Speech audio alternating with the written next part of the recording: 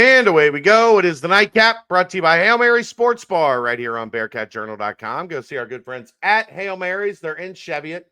They're right on Harrison Avenue inside the Dora District, so you can go from bar to bar with your drinks. But why would you do that? You can just hang out at Hail Mary's. They've got everything you need. 27 TV screens, a 9-screen video wall, the DirecTV sports package so they can have all the games.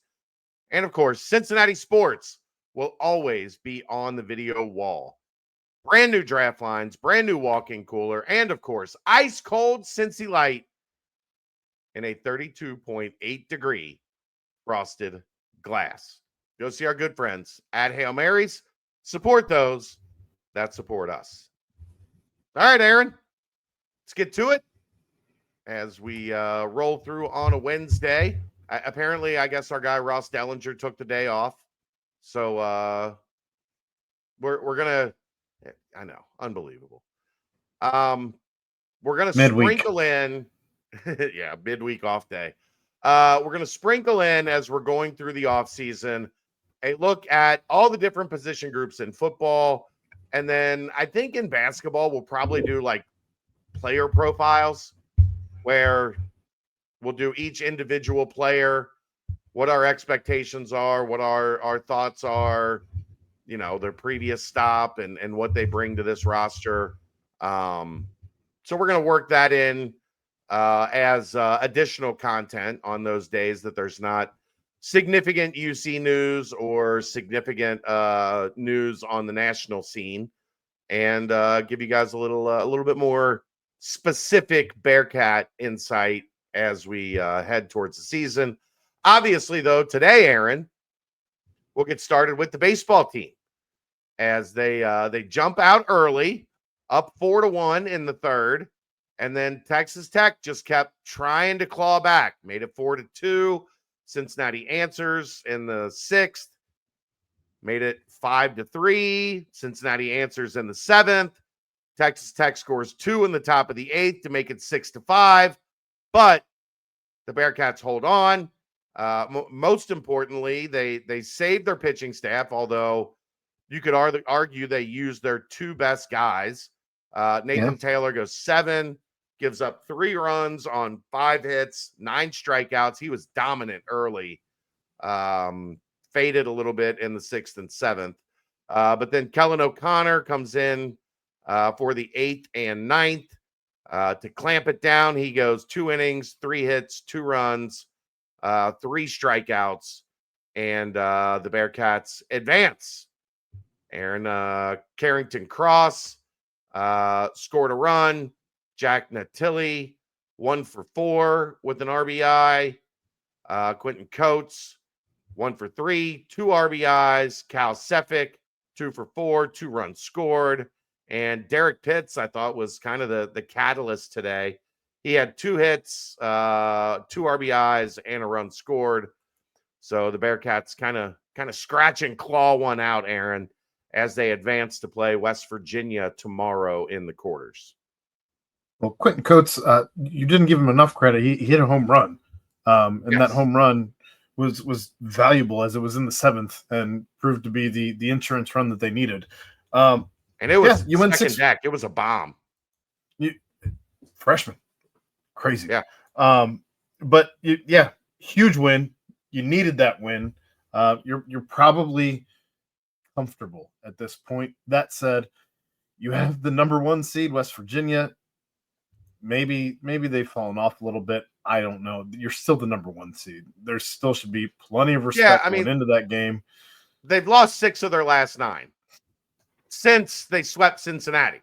So if you're Cincinnati, you played them, you got swept. Like there's and West Virginia controlled that series. Like they were clearly the better team in that series. For sure. So the Bearcats are facing a team that they struggled with, but they have not played as well. They have not pitched as well, especially coming down the stretch. So you also have to tip your hat. You also have to tip your hat to West Virginia because that was almost the turning point of the end of the season for Cincinnati. They lost 1 series after that, and they did not get swept again.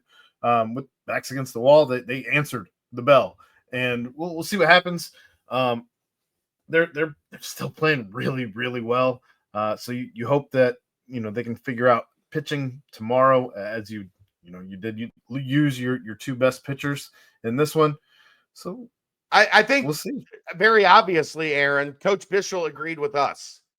Don't lose on Wednesday and leave yourself in limbo until the selection show on Monday. Like, go get this Absolutely. thing done. Go get this Yeah. thing done.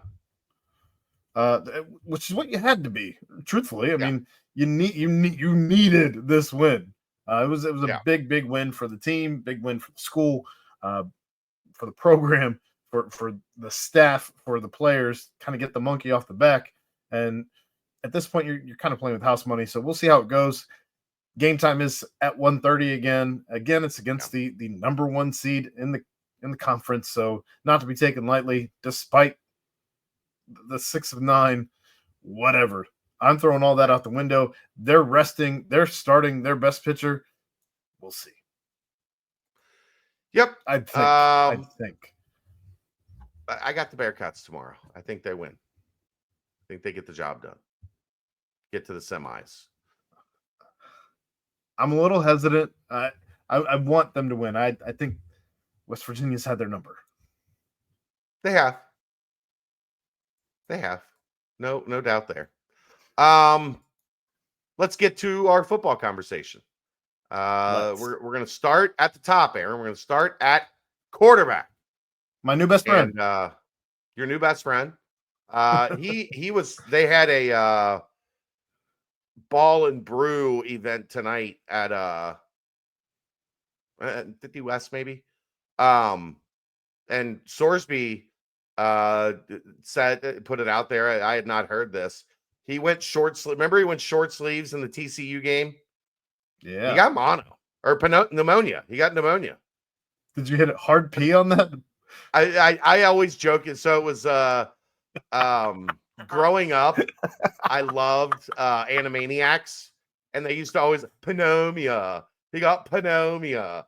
So I almost called it pneumonia, but I didn't. That's really he got pneumonia. I didn't know that. I had not heard that. Yeah, he said he to Texas.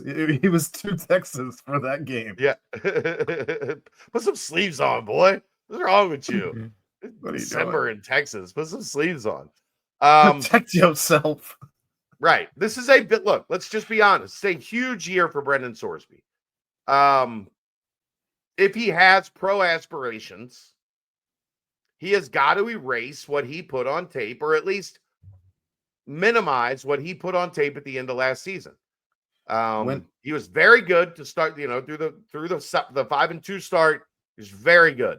The last 5 games, he didn't have it. I was extremely critical of him last season, especially towards the end of the season, because we didn't get to see anything that resembled what we had in the first 7 games, and whether that was by scheme, defensive scheme, whether that was. Look, I know we asked him when he was on here, we gave him the opportunity to answer. Were the thumbs bothering you? No, it wasn't the thumbs. I'm still not sure I'm buying it, but whatever. It is what it is.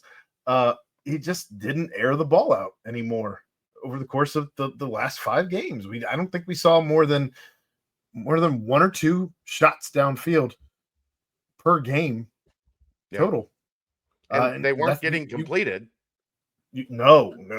So you can't win games that way. You can't hope that you're getting, the Evan Pryor home run on a single that they just missed all of the tackles and he evaded everyone on a 4-yard pass play that erupted into a giant touchdown. A lot of those were well schemed, and Pryor just got the ball with nothing but space in front of him. Like, I don't think Evan made a whole lot of guys miss on those long runs. It was just a well-designed play, got the ball in the hands of a guy that can outrun everybody, and he outran everybody. So give some credit to the scheme, but you can't survive like that. You're right. You're not going to scheme up the perfect play 4 or 5 times a game. Can't put all your eggs in that basket. So you have to be able to hit on, 50, I would have been happy with 15, 18, 20-yard pass plays, and those were nowhere to be seen. So he has plenty of weapons at his disposal as of right now. We've touched on this, and we'll touch on it more when we do the wide receiver conversation. A lot of guys who've done a lot of things at lower levels, not at this level. We've seen Joe Royer do it, but outside of Joe Royer, Cyrus Allen, yes, he played for a bit. Yeah, but yes and no. He played on a good team. I don't know that he necessarily put up monster numbers on a good team. You know what I mean? Yeah, he was okay. He was okay. He put up decent numbers on a good team. I think that's the safest way to put it. I guess my point is they've not been largely hugely successful at this level yet. Right. None of this. No argument there. None of this room has been hugely successful at this level. So they have to prove themselves. But in that same breath, so does Brendan Sorsby. We've seen it. We've seen flashes of it.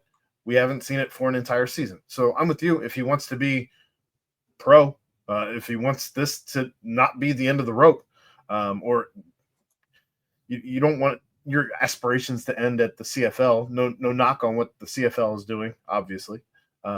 Cincinnati Bearcats representing there, or arena or anything like that. You've got to put it on tape, to your point. I mean, the thing is, Aaron, like the numbers don't look bad. 2,800 yards, 18 touchdowns, 7 interceptions, another 447 yards on the ground with 9 touchdowns, 64% completion percentage, average 234 yards per game. But again, a lot of that was early. And, those numbers did not look like that over the last 5 games. If they did, we might have been talking about a bowl team and not a team that, limped, crawled, if you will, to the finish line. So, he's got to pick it up. And I think he has the talent to do it. He's your new best friend, so he's got a lot on the line. Got a lot to live up to, Aaron. High praise. Wrestling. He will be backed up again this year by Brady Lichtenberg. Lichty played in 3 games last year. He's got 12 career games. Not a lot of numbers. 22 of 39 in his career. But at this level, with as much transferring as there is, and as much moving around as there is, it's got to be comforting for them to know you've got a quarterback that has now been in the system. This is his 3rd year. He's got a good arm. You trust him. He's a good leader. He's a good kid. He's about the right things. He's maybe not, a guy that's going to come in and, surpass Brendan Sorsby. Like, if Sorsby gets hurt, all of a sudden Lichtenberg comes in and, oh my God, where'd this guy come from? Like, I think we know who Brady is at this point in time. But to have a guy that's been in the program this long, that has stuck it out, like you feel good about that in the state of college football today, that you've got a guy that you trust in that backup spot. I'd agree. And obviously, God forbid anything happened to Brendan Sorsby, I guess I'd be a little intrigued to see if the guy that we're going to talk about next would push for playing time against Brady Lichtenberg. But Brady Lichtenberg, he's old faithful, right? You kind of you know what you have in him at this point in time. He's going to be, I don't know, almost a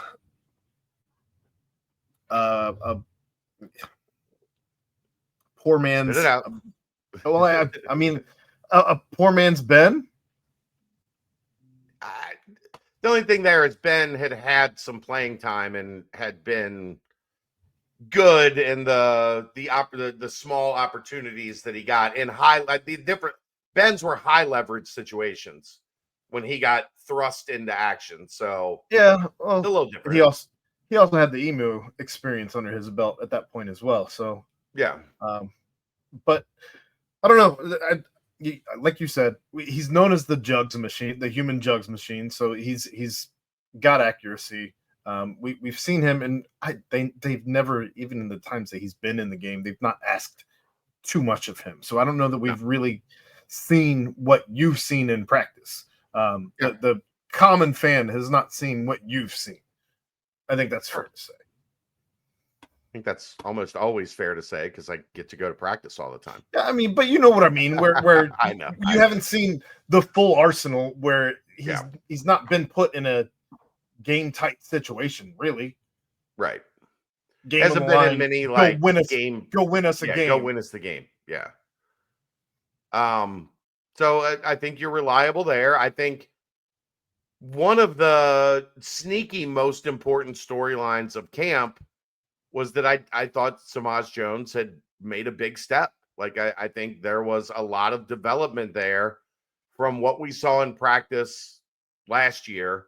And through the middle to end of the season, he's not getting a bunch of reps. Like you're not, he's not coming in hot at that point in time because he's not running with the ones and twos really much at all. But he was, the standard big time athlete, big time arm, but he didn't throw a lot in high school. He wasn't in a pass happy, air it out type offense. He had the big arm, but he did not, he had a little Rick Wild Thing Vaughn to his game when he came in. Because you could see the velocity and the way the ball jumped out of his hand, but he didn't have a whole lot of touch. And a lot of times, like, you get a little worried because that's not something that's easy for young quarterbacks to develop. And I thought we saw a lot more of that this spring. Like, he made some layered throws in, over the linebackers in front of the safeties. Yeah. Made some nice throws down the sideline with some touch where he was dropping it in and not like, throwing a missile into a small window. So I thought that was one of the bigger storylines of spring, is that it did look like he took a step that I'm always skeptical in that process until we actually see it. I'm not gonna, jump on the bandwagon. But now that we've actually seen him in the spring look like he's developing, I feel a little bit better with him, not just as the third string quarterback, but as a guy that potentially can play his way up into a starting quarterback down the road. Piggybacking on that, it didn't end just in spring practices. It continued through the spring game because we got to see some of that as well, where he was finding windows and getting touchdown passes to guys with touch, not just slinging it in there and hoping that he hits them with some mustard, which is what we saw. He did an awful lot last year with his legs, along with, just blazing it as hard as he could. And you didn't see him just relying on his legs in this spring game either, where, he, again, just airing the ball out and getting it to who he needed to get the ball to without forcing it into situations. He did have a pick or two in the spring game, I believe. But that's to be expected out of a young guy. He's playing in his second spring game without getting any reps, starting any game reps whatsoever last season. Yeah. Zeb Kinsey, I think he's. I don't know anything about him outside of. I think he's very similar to coming in similar to Samaj. Good athlete, big arm. He's got more size, more body mass to him than Samaj did coming in, but we'll see. Like the tale of Zeb Kinsey is not going to be told in 2025. It's going to be, do we get to next spring and say, all right, he's worked on the things he's needed to work on, and now he looks like he's developing into a guy that can take that next step. We never saw it from who just left. Moved to linebacker, and then he transferred. The linebacker. Man. I'm having enough trouble keeping up with the guys on the roster. Yeah. The problem here is once they leave, bro, my brain just my brain just erases them. I know that's awful, but that's kind of how my brain works. When you have 85 names to remember, On Zeb, though, real quick while you're looking that up, I will say he was the one that played without the red jersey on in the spring game, and boy, those boys were ready to eat. He got Drogosh. wrecked. There it is. Brady Drogosh. Sorry, Brady. I just look, man. I got to remember a lot of names. he got wrecked in one of his first snaps in the spring game. I don't even remember who it was coming around off the edge, and he just got smacked. Yeah. All right, there you go. That's our look at the quarterback room. We'll talk some more baseball tomorrow. See how they do against West Virginia. That's the Nightcap, brought to you by Hail Mary Sports Bar, right here on BearcatJournal.com. See ya!